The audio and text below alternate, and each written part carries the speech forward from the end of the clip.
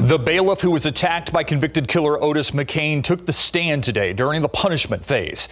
Jurors also saw surveillance video showing the moments McKane elbowed that bailiff. Erica Hernandez joins us now live from outside the courtroom with his testimony. We got to relive it all over again from a different angle, Erica.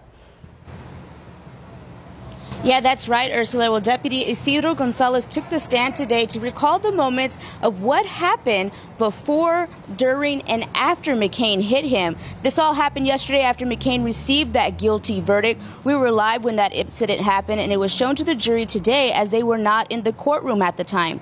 Deputy Gonzalez said that he asked McKane a couple times to stand up so they could walk him out after noticing he removed his tie and unbuttoned his shirt.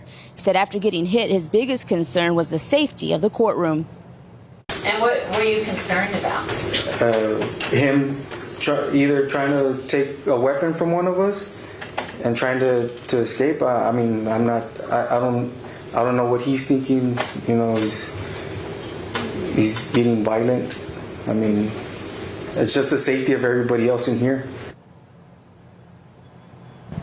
Now, Gonzalez said even after cuff, they had to pretty much carry McKane to the transport area because he refused to walk and never said a word. Another bailiff who helped restrain McKane during the scuffle also took the stand to give his account of the incident. Now, as far as Otis McKane, to much of our surprise, he came out today without handcuffs, but there was a lot more deputies in the courtroom present today, many of them standing right around him to make sure this does not happen again. Now, we'll have more on testimony that was heard this afternoon at 6. Reporting live from the Cadena Reeves Justice Center, Erica Hernandez, KSAT 12 News.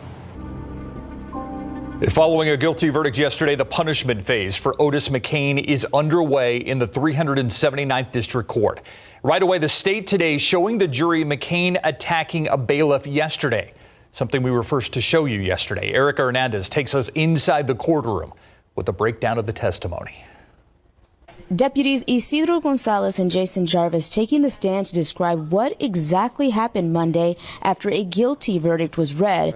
They both stated they noticed McKane taking his tie off and unbuttoning his shirt, which they said was unusual. I let Deputy Jarvis know to open the door, because I had a feeling he was going to try and fight us. Based on my experience, those are pre-fight indicators. Taking article clothing off, taking a shirt off. In the event that there's a fight, it's harder to grab onto the individual. As for McKane, he sat emotionless as it was played. Now, the state is expected to call 15 to 20 witnesses and are expected to wrap up by Thursday. By Friday, we could have a sentence for McKane, which could be either the death penalty or life without parole. Erica Hernandez, KSAT 12 News.